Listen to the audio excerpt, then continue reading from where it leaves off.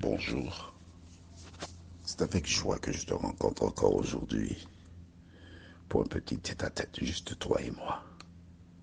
Alors, as-tu la Bible ouverte, le cahier de 300 pages, la pointe pour prendre des notes? C'est important. Alors, je te suggère même de te remémorer les récits que je fais, de telle sorte que si tu rencontres demain une personne qui est en difficulté, tu pourras lui rapporter ce que tu as entendu ainsi que ce que dit la parole de l'Éternel. Tu veux bien? Aujourd'hui, nous voyons, ne craignez point. Juste avant, prions notre Seigneur et notre Dieu. Nous voici tes enfants une fois de plus en ta présence pour te louer, te bénir, te salmodier, te rendre la gloire qui t'est due. Mais beaucoup de personnes découvrent que maintenant, des passages de la parole, que le Saint-Esprit les aide à comprendre et à mettre ce que tu voudrais les inculquer. Nous t'avons prié au nom de Jésus pour ta gloire éternelle. Amen. À la Martinique, une dame qui avait 3 enfants et qui elle les élevait seule a été embauchée dans une entreprise, ce qu'on appelle communément une boutique. Et il y a eu une période de grève qui était très difficile il y a quelques années. Et le propriétaire de la boutique avait des chiffres qui n'étaient pas bons du tout. Alors, un jour, il déclara, écoutez, c'est pas facile parce que avec la grève là, on n'a pas les moyens. On sera obligé de renvoyer quelqu'un pour avoir des comptes équilibrés. Or, cette dame était la dernière à être embauchée. Les gens se regardaient. Toutes avaient besoin d'argent parce que c'était essentiellement des femmes qui travaillaient dans cette entreprise. La femme a réfléchi, comment ferais-je? Alors elle est rentrée à son domicile. Elle a donné des ordres, elle a fait comme si de rien n'était. Elle a appelé ses amis. Alors comment vas-tu?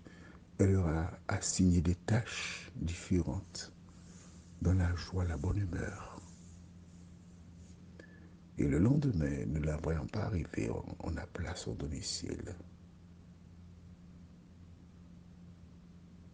Elle avait laissé une lettre dans laquelle elle expliquait pourquoi elle avait décidé de mettre un terme à sa vie. Elle avait peur.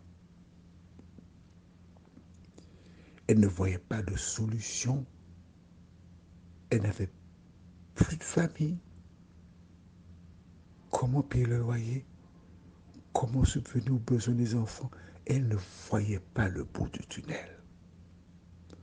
Aujourd'hui, je voudrais m'adresser à toutes les personnes qui ont des difficultés, qui pensent à se suicider. Je m'adresse à toi.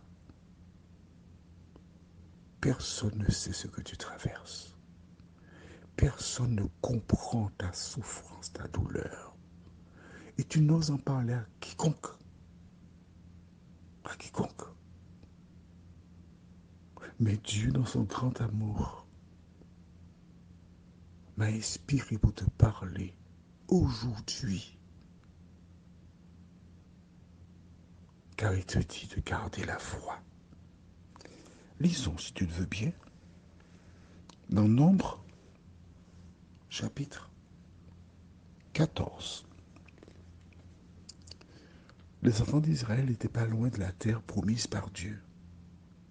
Et alors on désigna 12 princes, c'est-à-dire un dignitaire de chaque tribu, pour aller espionner la terre promise par Dieu. Écoute bien, ce sont 12 princes. Ce ne sont pas des SDF, des personnes douées de sagesse, d'intelligence qui dirigent des tribus. Et que se passe-t-il? Nous lisons.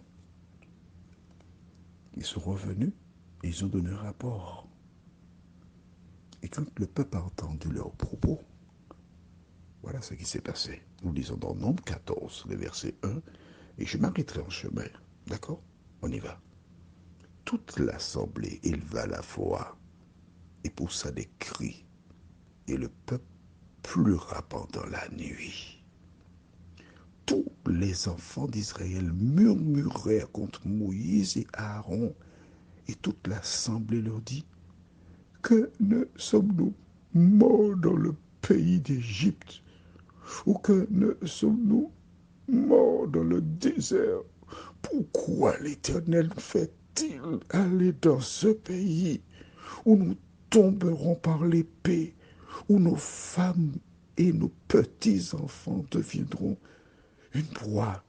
Ne vaut-il pas mieux pour nous retourner en Égypte? Et ils se dirent l'un à l'autre, nommons un chef et retournons en Égypte. Mon ami, I-E ou I tout court, écoute bien.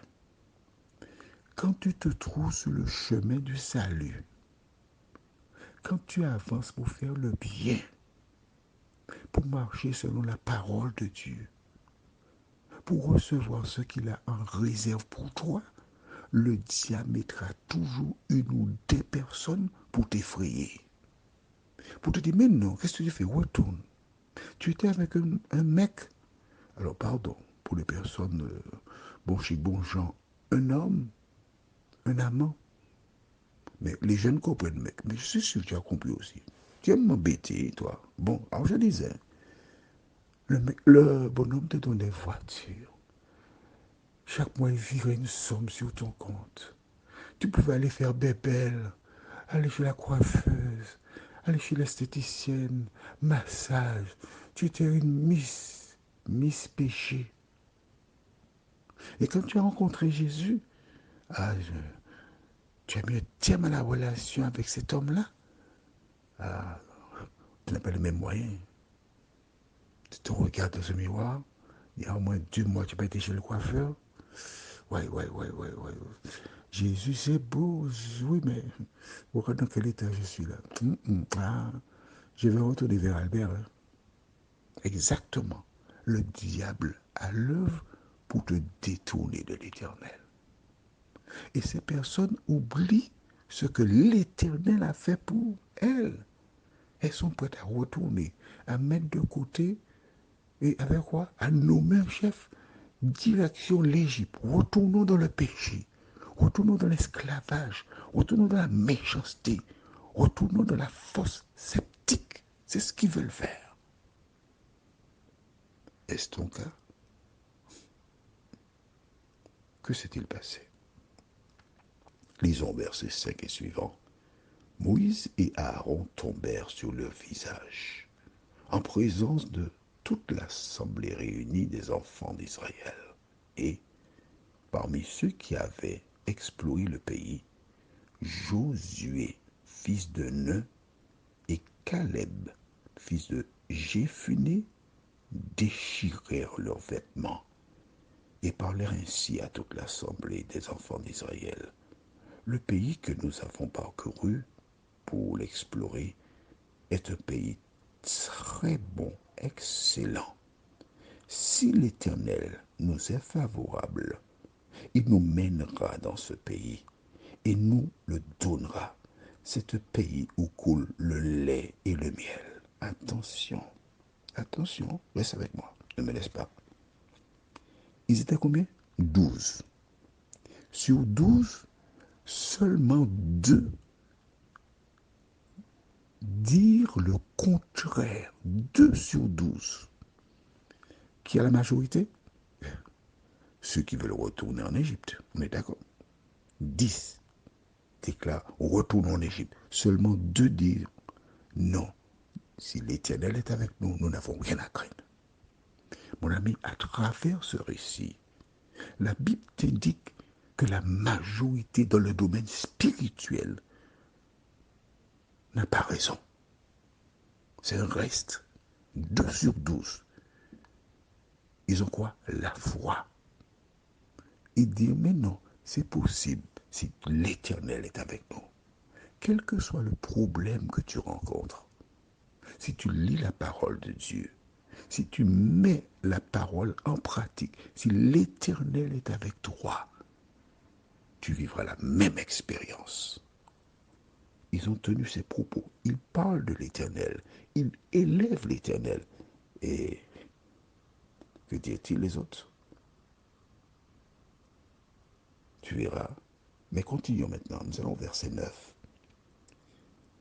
Seulement, ne soyez point rebelles contre l'Éternel, et ne craignez point les gens de ce pays, car ils nous serviront de pâture.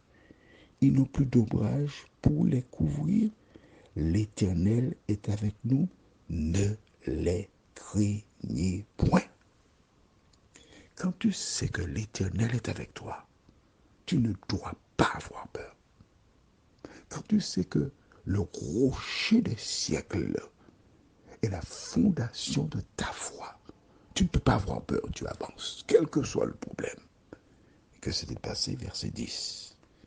Toute l'assemblée parlait de les lapider lorsque la gloire de l'Éternel apparut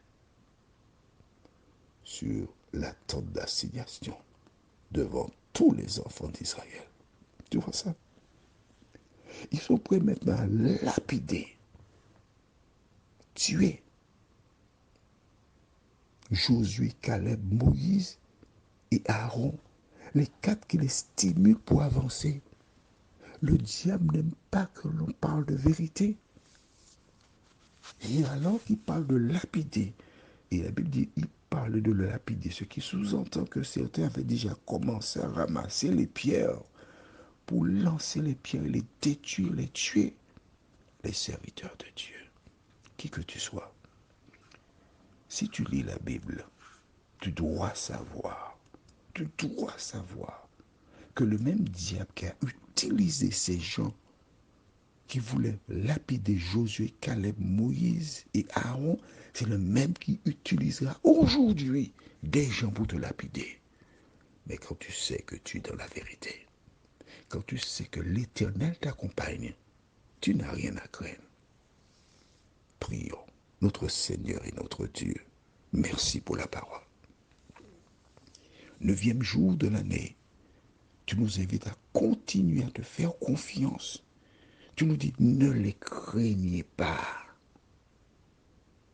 N'ayez pas peur d'eux. Seigneur, merci pour la parole. Merci pour ta présence dans nos cœurs et dans nos vies. Merci parce que tu es avec nous. Merci de visiter toutes ces personnes, Seigneur,